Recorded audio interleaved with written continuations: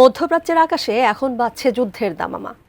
ইরানি গণবিক্ষোভের মুখে মার্কিন president Donald ট্রাম্পের সাহায্য আসছে এমন একটি মাত্র বার্তায় পুরো বিশ্বের নজর এখন তেহরানের দিকে।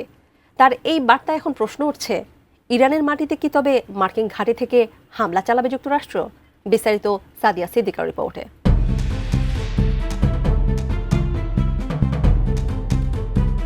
ইরানে চলমান সরকার বিরোধী বিক্ষোভে আন্দোলনকারীদের ওপর দমনপীড়ন চালানো হলে মার্কিন সামরিক হস্তক্ষেপের হুঁশিয়ারি দিয়ে বিশ্ব রাজনীতিতে নতুন করে উত্তাপ ছড়িয়েছেন প্রেসিডেন্ট ডোনাল্ড ট্রাম্প। গত ডিসেম্বরের শেষ দিকে অর্থনৈতিক পরিস্থিতির প্রতিবাদে শুরু হওয়া সাধারণ মানুষের এই আন্দোলন এখন 1979 সালে ইসলামী বিপ্লব পরবর্তী ধর্মীয় নেতৃত্বের বিরুদ্ধে এক ব্যাপক গণবিস্ফোরণের রূপ নিয়েছে। এই উত্তাল পরিস্থিতির মধ্যেই গত মঙ্গলবার সামাজিক যোগাযোগ মাধ্যমে ইরানি বিক্ষোভকারীদের উদ্দেশ্যে ট্রাম্পের সেই রহস্যময় বার্তা সাহায্য আসছে এখন আন্তর্জাতিক মহলে সবচাইতে বড় আলোচনার বিষয়। ওয়াশিংটনের এই অনড় অবস্থান কি তবে ইরানে বড় কোনো সামরিক সংঘাতের ইঙ্গিত দিচ্ছে, তা নিয়ে জল্পনা এখন তুঙ্গে। বুধবার বিভিন্ন সূত্র থেকে পাওয়া তথ্যে জানা গেছে, কাতারে অবস্থিত মধ্যপ্রাচ্যে যুক্তরাষ্ট্রের বৃহত্তম সামরিক ঘাঁটি আল উদেদ থেকে কিছু কর্মীকে সন্ধ্যার মধ্যে সরে যাওয়ার পরামর্শ দেওয়া হয়েছে। যদিও কূটনীতিকরা একে অবস্থানগত পরিবর্তন হিসেবে বর্ণনা করছেন, তবুও 10,000 সেনার এই বিশাল ঘাঁটি থেকে আকস্মিক এই নির্দেশনা ইরানের ওপর সম্ভাব্য মার্কিন হামলার আশঙ্কাকে আরও তীব্র করেছে। গত জুনেও মার্কিন B-2 স্টেলথ বোমারু বিমান থেকে ইরানের পারমাণবিক কেন্দ্রে 14টি বাংকার বাস্টার বোমা ফেলার ঘটনা ঘটেছিল, যা যুক্তরাষ্ট্রের বর্তমান সক্ষমতা ও যুদ্ধংদেহী মনোভাবের পরিচয় দিয়েছিল। RICL TMX, যুগের পর যুগ স্থাপনা থাকে মজবুত।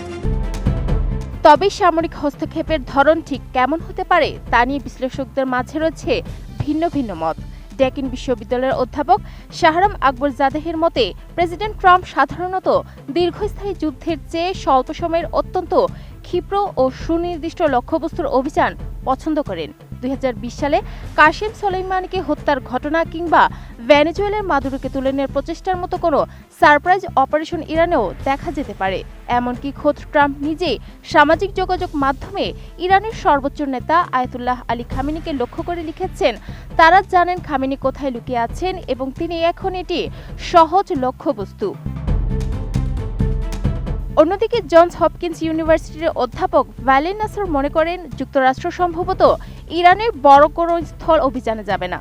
আফগানিস্তান ও ইরাকের দীর্ঘমেয়াদী যুদ্ধের অভিজ্ঞতা থেকে ট্রাম্প শিক্ষা নিয়েছেন এবং তিনি কোনো জাতি গঠন বা দীর্ঘস্থায়ী ব্যয়বহুল প্রতিশ্রুতিতে বিশ্বাসী নন। বরং ওয়াশিংটনের মূল কৌশল হতে পারে ইরানের শীর্ষ নেতৃত্বকে লক্ষ্য করে সুনির্দিষ্ট আঘাত হানা, যাতে দেশটির অবশিষ্ট নেতৃত্ব পরমাণু ও ক্ষেপণাস্ত্র কর্মসূচি ইস্যুতে যুক্তরাষ্ট্রের শর্ত মেনে নিতে বাধ্য হয়। যদিও ভেনেজুয়েলার তুলনায় ইরানের ভৌগোলিক দূরত্ব এবং বর্তমান নিরাপত্তা পরিস্থিতি বিবেচনা করলে এমন অভিযান অত্যন্ত ঝুঁকিপূর্ণ।